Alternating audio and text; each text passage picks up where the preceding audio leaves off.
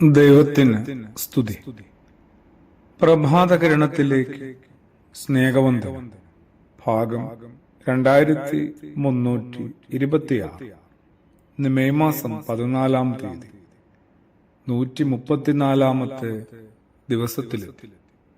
സുറിയാനി സഭയെ സംബന്ധിച്ച് ഇന്ന് സ്വർഗാരോഹണ പെരുന്നാളാണ്. ഉയർപ്പ് പെരുന്നാളിനെ തുടർന്ന് 40-ാം ദിനം. സ്വർഗാരോഹണ പെരുന്നാളിലേക്ക് നമ്മൾ എത്തിയിരിക്കുകയാണ്. ശരിക്കും എന്തൊരു വലിയ ദിവസമാണ്. അവൻ നമ്മോട് കൂടെ എന്നർത്ഥമുള്ള ഇമ്മാനുവേൽ, അത് ജീവിച്ചിരിക്കുമ്പോൾ മാത്രമല്ലെന്നും നമ്മുടെ കർത്താവ് മരിച്ച് ഉയർത്തു കഴിഞ്ഞു നമ്മോടൊപ്പം നിത്യമായി കൂടെ ഉണ്ടാകുമെന്നുള്ളൊരു ഉറപ്പിലേക്കാണ് ഈ സ്വർഗാരോഹണ തിരുനാൾ നമ്മളെ കൊണ്ടെത്തിക്കുന്നത്. മരണമുഖത്ത് നിന്ന് ജീവിതത്തിലേക്ക് നടന്നു കയറിയ ഒരാൾ ജീവിതത്തോടുള്ള നിലപാട് എങ്ങനെയൊക്കെ പുതുക്കിയെടുക്കുന്നുണ്ടാവും. യേശു മരിച്ച് അവിടെ നിന്ന് ഉയർത്തെഴുന്നേറ്റ് ജീവിതത്തോടുള്ള നിലപാട് നമ്മളോട് കുറെ കൂടി വ്യക്തമായി ഓർമ്മപ്പെടുത്തുന്നില്ലേ, പഠിപ്പിക്കുന്നില്ലേ? വിചിത്രമായൊരു സംഭവമുണ്ട്. ഒരു വിധവയുടെ മകനെ ഉയർപ്പിക്കുന്ന ഒരു അത്ഭുതമില്ലേ? വിശുദ്ധനായ ലൂക്കോസിന്റെ സുവിശേഷം 7-ാം അധ്യായത്തിൽ അതിന്റെ 15-ാമത്തെ വചനത്തിലേക്ക് എത്തുമ്പോൾ ആ വിധവയുടെ മകനെ ശവമഞ്ചലിൽ നിന്ന് യേശു വിളിച്ചുണർത്തുകയാണ്.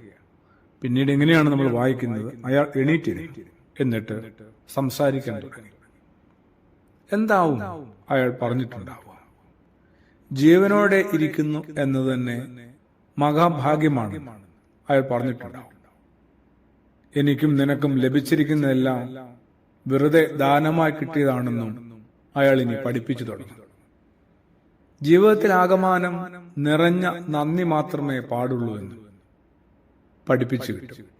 പരാതികളൊന്നുമില്ലാതെ, ഒട്ടും പരിഭവമില്ലാതെ സഹനങ്ങളെയും സ്നേഹപൂർവ്വം ഉൾക്കൊള്ളാനായിട്ട്, ആദരവോടെ കൈകാര്യം ചെയ്യാനായിട്ട് നമ്മളും പതിയെ പഠിച്ചു തുടങ്ങും. സ്വർഗാരോഹണം ഇവിടം കൊണ്ട് നമ്മളുടെ ജീവിതം തീരുന്നില്ലെന്നും കൂടി ഓർമ്മപ്പെടുത്തുന്നുണ്ട്. എവിടെ നിന്ന് വന്നോ അവിടേക്കുള്ള നമ്മുടെ മടക്കം ഇതിലൂടെയാണ് പൂർത്തിയാവുന്നത്.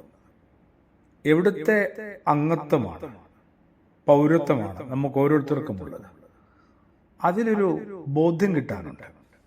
അങ്ങനെയാവുമ്പോ താൽക്കാലികത്തെ കുറെ കൂടി നിർമ്മമതയോടെ ഒരു ബാലൻസ് ചെയ്ത മാനസികാവസ്ഥയിൽ ഉൾക്കൊള്ളാനും കൈകാര്യം ചെയ്യാനും ഒക്കെ പറ്റും. അതുകൊണ്ട് തന്നെ സൗഭാഗ്യങ്ങളിലും സമൃദ്ധിയിലും സങ്കടങ്ങളിലും സഹനങ്ങളിലുമൊക്കെ ഒക്കെ കുറേയും കൂടി മനുഷ്യത്വം, ക്രിസ്തുവേശു കാണിച്ചു തന്ന മനുഷ്യത്വം ഉൾക്കൊള്ളാനും പാലിക്കാനും സാധിക്കും. പ്രാർത്ഥനയോടുകൂടി ആമേൻ.